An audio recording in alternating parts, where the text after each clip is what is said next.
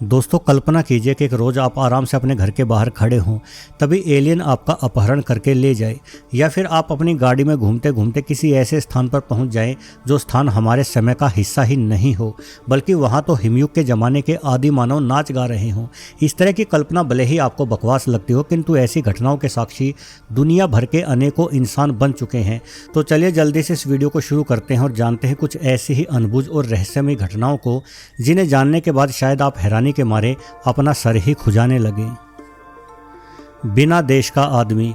दोस्तों ये घटना जुलाई वर्ष 1954 की है। भरी गर्मियों की दोपहर 12:30 बजे यूरोप से उड़ान भरकर जापान की राजधानी टोक्यो में एक हवाई जहाज लैंड होता है। सभी यात्री एयरपोर्ट से निकलकर चेकआउट काउंटर की तरफ बढ़ते हैं, जहां उन सबके पासपोर्टों की जांच होना शुरू हो जाती है।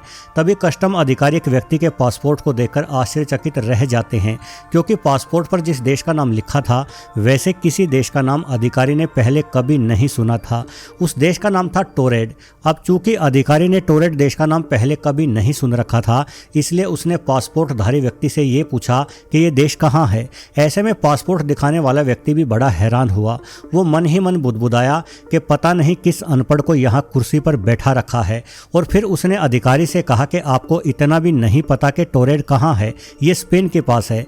अब अधिकारी ने ये देखा कि उस व्यक्ति के पासपोर्ट पर अन्य देशों की मोहरें भी लगी थी। इसका मतलब है कि इस पासपोर्ट से ये व्यक्ति कई देशों की यात्रा कर चुका था। इसके बाद पासपोर्ट अधिकारी ने उस व्यक्ति का पासपोर्ट अपने दूसरे साथियों को भी दिखाया, लेकिन उनमें से भी किसी ने टोरेड देश का नाम नहीं सुना था। आखिर सुनते भी कैसे, इस नाम का कोई देश दुनिया में है ही नहीं।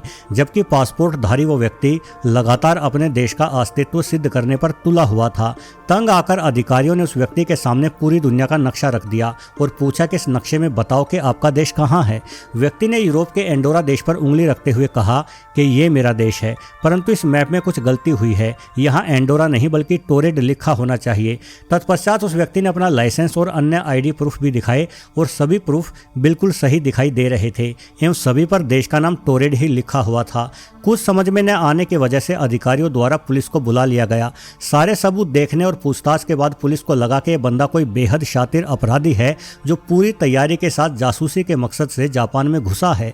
इसी वजह से पुलिस उस व्यक्ति को अपने साथ ले गई और जांच पूरी होने तक उसे होटल के कमरे में पुलिस निगरानी के अंदर रखने का फैसला लिया गया। व्यक्ति के कमरे का दरवाजा बाहर से बंद कर दिया गया और सुरक्षा की दृष्टि से 2 पुलिस वाले भी दरवाजे पर तैनात कर दिए गए। अगली सुबह जब पुलिस के आला अफसर उस व्यक्ति से पूछताछ करने के लिए होटल में पहुंचे तो कमरे का ताला खोला गया, लेकिन हर किसी की तब हैरानी के साथ आंखें फटी रह गई जब उन्हें अंदर कोई नहीं मिला। वो व्यक्ति बंद कमरे से रहस्यमय तरीके से गायब हो चुका था। इसके तुरंत बाद पुलिस एयरपोर्ट सिक्योरिटी रूम में रखे उस व्यक्ति के पासपोर्ट को जब्त करने पहुंची, लेकिन वहां का मामला तो और भी अधिक चौंका देने वाला था। असल में व्यक्ति का पासपोर्ट भी एयरपोर्ट सिक्योरिटी रूम से गायब हो चुका था। पुलिस के साथ साथ हर कोई चकित था कि आखिर वो व्यक्ति और उसका पासपोर्ट अलग अलग जगह होने के बावजूद भी एक साथ कैसे गायब हो गए। इसके बाद उस व्यक्ति की और उसके पासपोर्ट की बहुत अधिक तलाश की गई, लेकिन उनका कभी कोई सुराग नहीं मिल सका, और वो रहस्यमय व्यक्ति अपने पीछे कई ऐसे सवाल छोड़ गया जिनका जवाब हम आज तक नहीं ढूंढ पाए हैं। यूएफओ की साफ तस्वीर। आपने अक्सर यूएफओ यानी एलियंस की उड़न तश्तरियों की फ़ोटो जरूर देखी होगी, किंतु समस्या ये है कि वो सभी फ़ोटो बड़े ही धुंधले से होते हैं, जिन्हें देखकर ऐसा लगता है मानो वो फ़ोटो असली हो ही नहीं सकते। लेकिन ज़रा इस तस्वीर को देखिए, ये अब तक का लिया गया यूएफओ का सबसे साफ फ़ोटो है, जिसे वर्ष 1990 के दौरान एक बेहतरीन कैमरे से लिया गया था। असल में 1990 के दौरान एक रोज़ स्कॉटलैंड के 2 नौजवान, जिन्हें फोटोग्राफी का नया नया भूत सवार हुआ था, खेत खलियानों में घूम रहे कुछ खरगोशों के फोटो ले रहे थे। तभी उन्हें अचानक से गोल डिस्क आसमान में नजर आई, जिसकी तस्वीर उन नौजवानों ने तुरंत अपने कैमरे में कैद कर ली। कुछ ही पलों बाद वो गोल डिस्क उनकी नज़रों से ओझल हो गई। जब इन दोनों दोस्तों ने फोटो फिल्म को डेवलप किया तो पाया कि उस गोल डिस्क की तस्वीर बड़ी ही साफ आई थी। अब तक इन दोस्तों को यह भी अंदाजा हो गया था कि ये उड़ने वाली गोल चीज़ कोई सामान्य वस्तु नहीं है। इसलिए वो दोनों अपनी तस्वीर को लेकर एक स्थानीय अखबार के दफ्तर में गए, ताकि उनकी उनकी तस्वीर को अखबार में छापा जा सके और उस गोल डिस्क के बारे में सभी लोग जान सके। इन दोनों दोस्तों ने बताया कि हमारे जहाज जहां उड़ते समय जोरों की आवाज करते हैं, वहीं ये गोल वस्तु बिल्कुल शांति से उड़ रही थी। बेहद तेज गति होने के बावजूद भी उस वस्तु से जरा सा भी शोर नहीं हो रहा था। परंतु अखबार वाले भाई साहब ने बजाय उस तस्वीर को अखबार में छापने के उसे ब्रिटिश रक्षा मंत्रालय को सौंप दिया ताकि सरकार जांच कर सके कि आखिर वो गोल वस्तु थी क्या।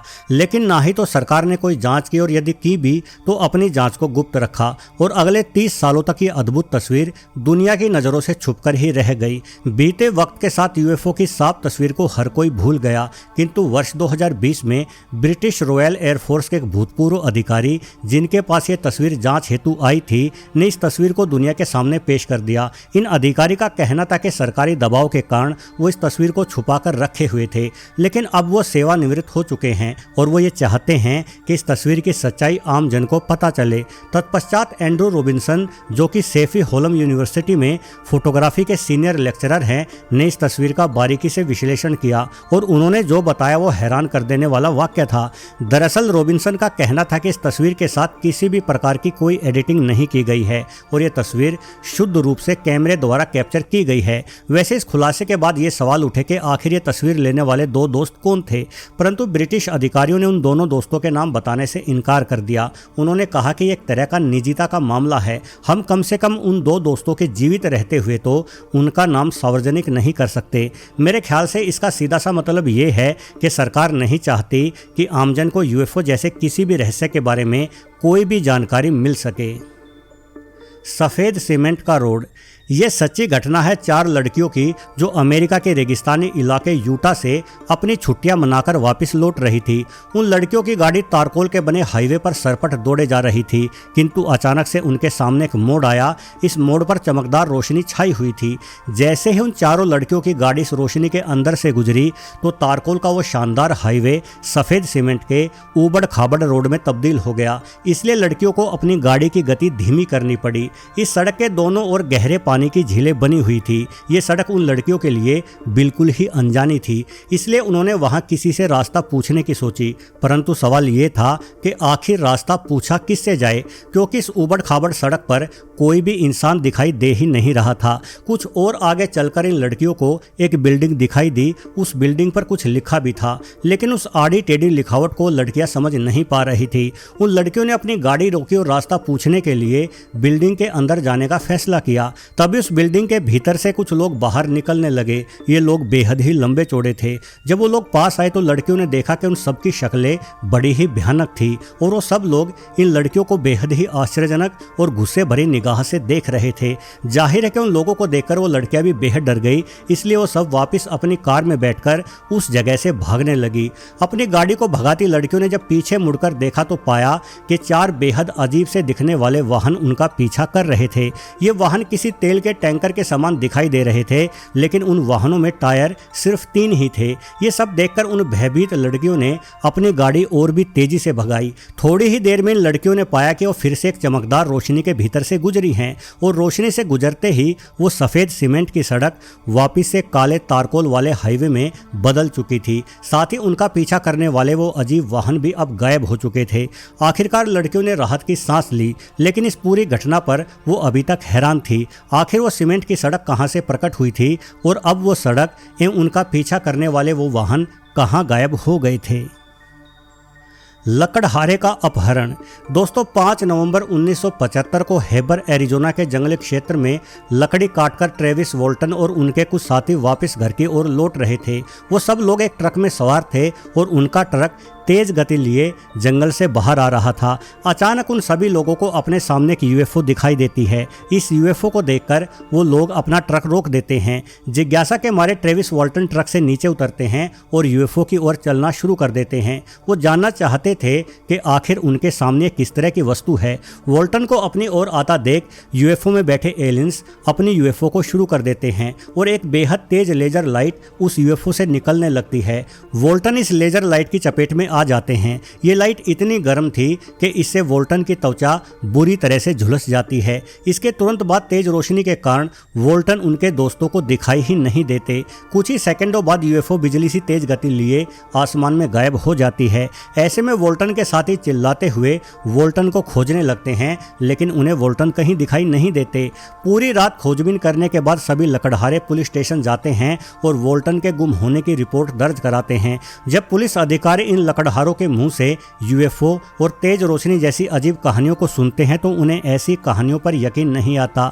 इसलिए पुलिस अधिकारी ये मानते हैं कि वोल्टन के इन साथियों ने ही वोल्टन को मार डाला है और कहीं जंगल में फेंक दिया है। पुलिस वोल्टन की लाश को ढूंढने की कोशिश करती है पर उन्हें सफलता नहीं मिल पाती। इसके बाद सच उगलवाने के लिए वोल्टन के सभी साथियों का लाई डिटेक्टर टेस्ट करवाया जाता है। इस टेस्ट द्वारा यह पता चल जाता है कि सामने वाला व्यक्ति सच बोल रहा है या नहीं। वोल्टन के सभी साथी इस टेस्ट को पास कर लेते हैं, मतलब वो लोग सच बोल रहे थे। इस पूरी कहानी में रोचकता तब आती है जब 5 दिनों बाद वोल्टन जंगल से वापस सही सलामत लौट आते हैं। अब वोल्टन भी यही कहते हैं कि मेरा पूरा शरीर झुलस चुका था और मुझे उस यूएफओ द्वारा अपने भीतर खींच लिया गया था। उसके बाद मैं बेहोश हो गया। आगे मेरे साथ क्या हुआ मुझे नहीं पता, और आज जब मैं होश में आया तो मैंने पाया कि मैं जंगल में उसी स्थान पर पड़ा हुआ हूँ जिस स्थान से उस यूएफओ ने मुझे उठाया था।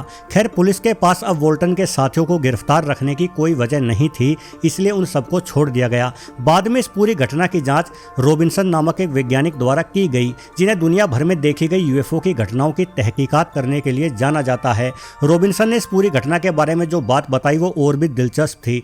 दरअसल रॉबिन्सन के अनुसार उस रोज वोल्टन उस यूएफओ के कुछ ज़्यादा ही नज़दीक चले गए थे। वो यूएफओ उड़ान भरने के लिए लेजर बीम का इस्तेमाल करती थी और अधिक पास होने के कारण वोल्टन उस लेजर बीम की चपेट में आकर झुलस गए। ये सारा नज़ारा यूएफओ में बैठे एलियंस ने देख लिया और उन्हें लगा कि उनके यान की वजह से एक मासूम इंसान मारा जाएगा, इसलिए उन्होंने झुलसते हुए वोल्टन को अपनी यूएफओ में खींच लिया और अगले कई दिनों तक यूएफओ में ही वोल्टन का इलाज किया गया। रॉबिन्सन के अनुसार वो एलियंस कुछ इस तरह का चिकित्सीय ज्ञान रखते थे जिसके दम पर उन्होंने वोल्टन की झुलसी हुई त्वचा को भी इतना जल्द पूर्ण रूप से ठीक कर दिया। मार्कवासी स्टोन फॉरेस्ट, पत्थरों का जंगल कही जाने वाली यह जगह पेरू में इंडीज पर्वत पर मौजूद है। यहाँ ग्रेनाइट पत्थरों पर इंसानों और जानवरों की बेहद अजीब मूर्तियाँ बनाई गई हैं। कोई भी इतिहासकार आज तक ये नहीं बता पाया है कि इन मूर्तियों को किस सभ्यता ने क्यों और कब बनाया। बहरहाल अपनी अजीबोगरीब मूर्तियों की वजह से यह जगह टूरिस्टों के लिए हमेशा ही आकर्षण का केंद्र रही है और यहाँ घूमने आए कई टूरिस्टों ने इस जगह के बारे में काफ़ी अनोखी बातें बताई है। इसलिए इस जगह को दूसरी दुनिया का दरवाज़ा भी कहा जाता है। इस जगह के बारे में खौफनाक किस्सा बताया था डॉक्टर रावल ने। डॉक्टर साहब के अनुसार एक युवती उनके पास आई थी जिसका आधा शरीर लकवाग्रस्त होकर बेजान हो चुका था। डॉक्टर रावल बहुत ही अधिक हैरान थे क्योंकि इस युवती के दिमागी सीटी स्कैन बिल्कुल सही थे। दिमाग के सभी सेल्स सामान्य रूप से सक्रिय थे। जब डॉक्टर रावल ने उस युवती से पूछा कि उसकी ऐसी हालात कब और कैसे हुई तो युवती ने बताया कि मैं स्टोन फॉरेस्ट में घूमने गई थी। मैं अपने सभी दोस्तों के साथ ही चल रही थी कि अचानक मुझे किसी प्रकार के संगीत की आवाज़ सुनाई दी। मैं उस आवाज़ के पीछे गई तो जाना कि वो आवाज़ वहाँ बनी एक पुरानी गुफा नुमा जगह से आ रही थी। मैं उस गुफा के अंदर चली गई तो मुझे महसूस हुआ कि वहाँ बेहद ज़्यादा ठंड है। मैं थोड़ा और आगे बढ़ी तो मैंने देखा कि कुछ आदिवासी जैसे दिखने वाले लोग नाच गा रहे थे। उन लोगों ने जानवरों की खालों से बने ऐसे कपड़े पहने हुए थे जैसे कपड़े आइस एज के ज़माने में पहने जाते होंगे। इससे पहले कि मैं मारे जिज्ञासा के उन लोगों के करीब पहुँच पाती तभी किसी ने मेरा हाथ पकड़कर पीछे की ओर खींच लिया। मैंने मुड़कर देखा तो मुझे खींचने वाली मेरी ही सहेली थी। वो मुझसे पूछ रही थी कि तुम कहाँ जा रही हो। मैंने वापस दूसरी तरफ पलट कर देखा तो वो गुफा, वो आदिवासी लोग और वहाँ से आता संगीत सब गायब हो चुके थे। इसके तुरंत बाद मैं नीचे गिर गई क्योंकि मेरा आधा शरीर लकवाग्रस्त हो चुका था। अब खास बात यह है कि लकवाग्रस्त शरीर होने का कारण सीधा दिमाग से जुड़ा हुआ होता है क्योंकि दिमाग ही पूरे शरीर को नियंत्रित करता है। जबकि डॉक्टर रावल के अनुसार सीटी स्कैन की रिपोर्ट में युवती का दिमाग बिल्कुल सही था। इस वजह से ये माना गया कि हो न हो इस युवती ने किसी दूसरे आयाम में प्रवेश किया था। शायद इस आयाम का रास्ता आइस एज के समय की ओर खुलता था और दूसरे आयाम में प्रवेश करने के कारण ऊर्जा में हुए बदलाव की वजह से ही लड़की का शरीर लकवाग्रस्त हो गया था। स्टोन फॉरेस्ट नाम के इस जंगल के बारे में ऐसी एक नहीं बल्कि कई कहानियां प्रचलित है। कहा जाता है कि यहाँ किसी दूसरे युग का दरवाजा समय समय पर अलग अलग समय काल साल में खुलता ही रहता है। ओमुआमुआ वर्ष 2017 के दौरान अंतरिक्ष में धरती के बेहद पास से एक रहस्यमयी चट्टान गुजरी थी जिसे ओमुआमुआ नाम दिया गया। ओमुआमुआ दरअसल हवाईयन भाषा का शब्द है जिसका हिंदी में अर्थ होता है अज्ञात दूरी से आने वाला संदेशवाहक। ऐसे में सोचने वाली बात यह है कि भला एक चट्टान संदेशवाहक कैसे हो सकती है। वस्तुतः वैज्ञानिकों का मानना है कि ओमुआमुआ पहला ऐसा प्रमाणित पिंड है जो हमारे सौरमंडल में आया था, पर हमारे सौरमंडल का हिस्सा नहीं था बल्कि ये कहीं सुदूर अंतरिक्ष से आया था। यह चट्टान लगभग 400 मीटर लंबी और मात्र 40 मीटर की ही मोटाई रखती थी, जिस कारण से ओमुआमुआ किसी सिगार जैसी ही आकृति में दिखाई पड़ती थी। शुरुआत में वैज्ञानिकों ने ओमुआमुआ को एक साधारण चट्टान समझ लिया, किंतु बाद में इस चट्टान ने खुद में कुछ ऐसे बदलाव किए जिससे वैज्ञानिक हैरान रह गए। असल में चट्टानों की रफ्तार एक जैसी ही होती है क्योंकि इन्हें अंतरिक्ष में तैराने के लिए कोई बल काम नहीं कर रहा होता, बल्कि ये स्वतः आगे बढ़ती हैं। किंतु हमारे सौरमंडल से गुजरते समय वैज्ञानिकों ने पाया कि ओमुआमुआ नामक ये चट्टान अपनी गति में परिवर्तन कर रही थी। ये अपने आप में बड़ी ही अनोखी बात थी। आमतौर पर जब कोई उल्का या चट्टान अंतरिक्ष में अपनी यात्रा कर रही होती है तो उसकी रफ्तार करीब 55 किलोमीटर प्रति सेकंड होती है, और जब ओमुआमुआ को पहली बार देखा गया तो उसकी रफ्तार भी लगभग इतनी ही आंकी गई थी। किंतु अगले ही रोज इस अनोखी चीज ने अपनी रफ्तार में उल्लेखनीय वृद्धि दर्ज करते हुए करीब 89 किलोमीटर प्रति सेकंड की तेज गति हासिल कर ली, जिससे हर किसी को लगा कि ओमुआमुआ कोई चट्टान नहीं बल्कि एक एलियन यान है। हालांकि वैज्ञानिकों द्वारा ये कहा गया कि ओमुआमुआ की सतह के भीतर बर्फ के हाइड्रोजन अणु फंसे हुए थे। सूर्य की गर्मी के कारण बर्फ पिघलने की वजह से हाइड्रोजन अणु मुक्त हुए और इस चट्टान ने इतनी तेज गति हासिल कर डाली।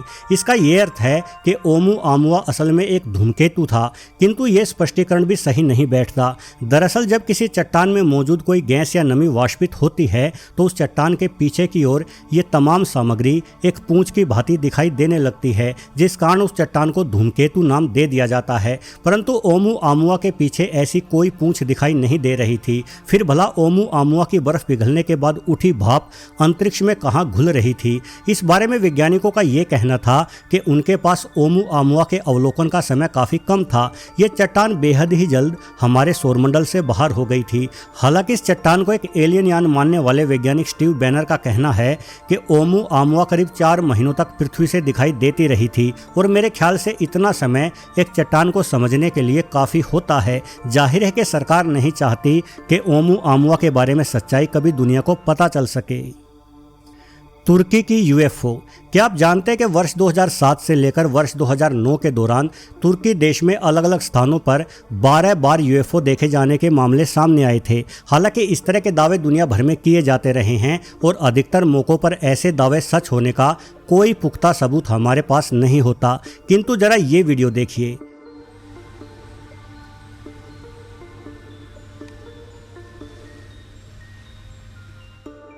भले ही ये वीडियो काफ़ी हिलडुल रहा हो, किंतु इसमें यह साफ साफ देखा जा सकता है कि धातु से बना एक अजीब सा अंतरिक्ष यान हवा में तैर रहा है। इस वीडियो को फिल्माने वाले व्यक्ति का दावा था कि पूरा वीडियो लेते समय उसने एक बार भी अपने कैमरे या हाथों को नहीं हिलाया, अपितु इस यान से इस तरह की किरणें निकल रही थी जिनकी वजह से उनके कैमरे पर पड़ता प्रकाश प्रभावित हो रहा था और वीडियो अपने आप ऐसी हिलती डुलती सी नजर आ रही थी।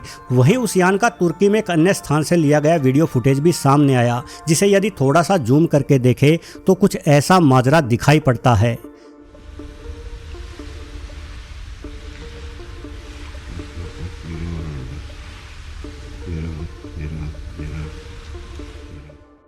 शायद आपको भी मेरी ही तरह इस यान के भीतर 2 या कम से कम एक एलियन तो बैठा हुआ अवश्य ही दिखाई दे रहा होगा। हालांकि तुर्की की सरकार ने इन दोनों ही वीडियो को झूठा करार दे डाला और कहा कि उनके देश में यूएफओ देखे जाने की किसी भी घटना का कोई उल्लेखित मामला नहीं है। परंतु बात सिर्फ इन 2 वीडियोज़ की ही नहीं है, अपितु दर्जनों की संख्या में ऐसे गवाह रहे हैं जिन्होंने दावा किया कि उन्होंने खुद अपनी आंखों को फाड़ फाड़ कर और मल मल कर बिल्कुल साफ साफ अजीब से अंतरिक्ष यान देखे जो हमारी इस पृथ्वी के तो बिल्कुल ही नहीं लग रहे थे।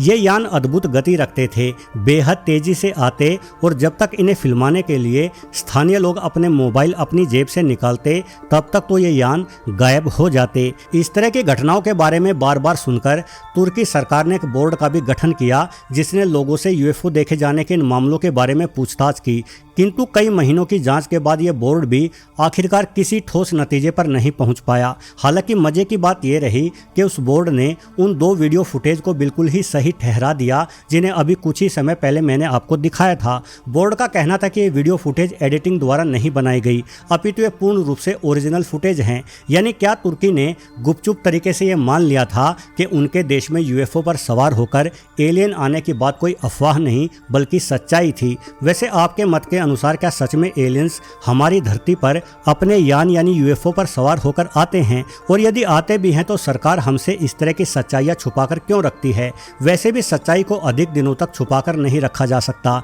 एक रोज दूध का दूध और पानी का पानी होकर ही रहता है। वीडियो देखने के लिए आपका बहुत बहुत धन्यवाद।